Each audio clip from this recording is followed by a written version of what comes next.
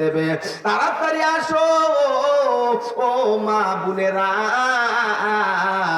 ওই জামানায় আল্লাহর বান্দি একজন এত সুন্দর পরহেজগার নারী ছিল, 2 রাকাত নামাজের নিয়াত করে এরকম ভাবে দাঁড়িয়ে নামাজ পড়ছে।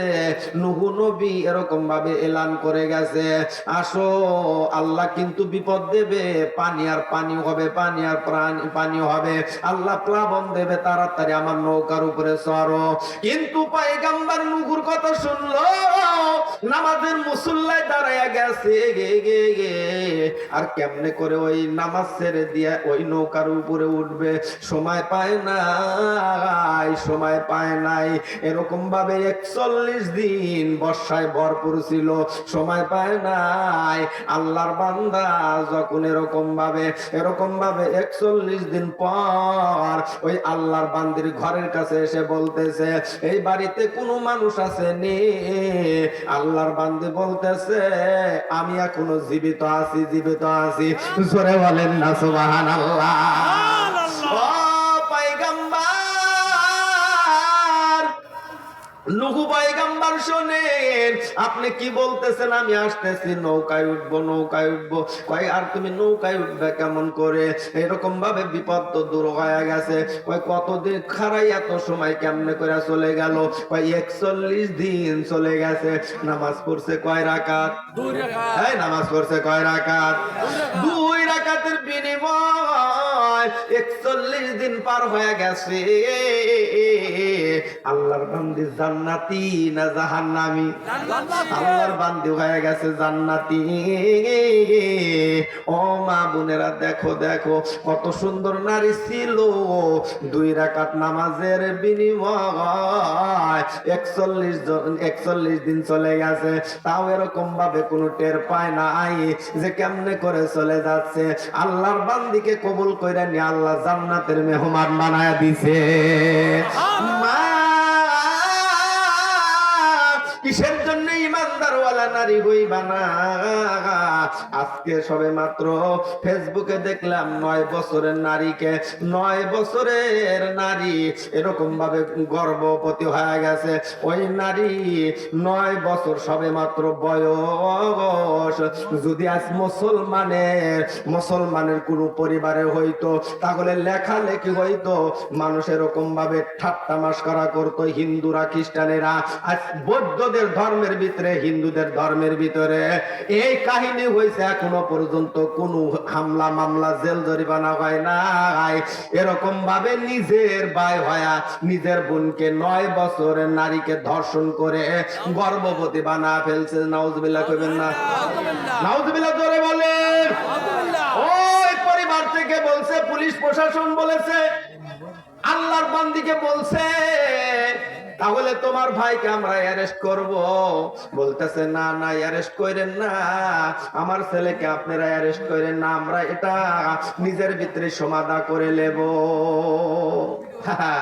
দেখছেন কেমন একটা জামানা এসে গেছে। 9 বছরের নারী, 9 বছরের শিশুই বলা চলে। অথচ দেখো এখন এরকম ভাবে ভূমিষ্ঠ হয়ে সন্তান হয়েছে, গর্ভে সন্তান ধারণ করেছে। এরকম নাফরমানি কাজ কি করা যাবে? সবাই বলুন যাবে? ইসলামের বিধান অনুযায়ী 18 বছরের নিচে বিয়ে দেওয়া যাবে? 18 আর 25 বছর এখন কি মানে? এই মানে না। এই ফোনটা কিন্তু বেশি ঝামেলা কইরা ফেলাইছে। করতে কি করে নাই? টাচ মোবাইল, টাচ ফোন যার কাছে গেছে তার কাছে বেজাল হইছে।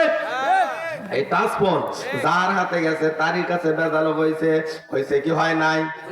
সবাই বলুন হয়েছে কি হয় নাই?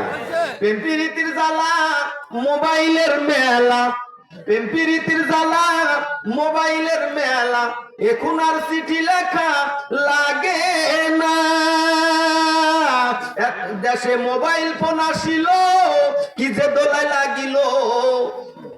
দেশে মোবাইল ফোন আসিল, কি যে দোলাই লাগিল। ফজরের ঘুম তো পুলার ভাঙ্গে না, ফজরের ঘুম তো মায়ার ভাঙ্গে না।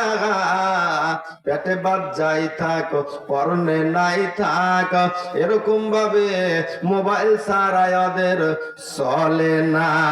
ঠিক না? মোবাইল ছাড়াই ওদের চলে না, কলেমা লা ইলাহা। কে তাহের কেন এখন দান দিবা? বাবা তুমি তো কমো না বেটা চল। হ্যাঁ দেখছো তাহের, এ তাহের তাহের বলতেছে 50টি আমার এক মন ধান, ধান আছে তো? হ্যাঁ খুঁজবার যা দেখুন একটাও নাই। 200 মন? ওরে বাবা, তাহের পাগলা বলতেছে 200 মন ধান পায়। তোমার বাপ কই? আওয়ামী লীগ করে দেশে আছে তো? দেখছে তো কম না। তুমি বিএনপি, বেটাই করে বিএনপি, বাপে করে আওয়ামী লীগ। তোমার ক্ষমতায় তোমার বাপ টিকে আছে, বোঝা গেছে। কথা কয় না? তোমার বাপরে বলো যে হুজুর দাম চাইছে 1 মন। তোমার বাপের নাম কি? Jalaluddin, Mohammad Jalaluddin. যদি ধান না দেয় তাহলে কিন্তু আগামী বছর মামলা দেবো।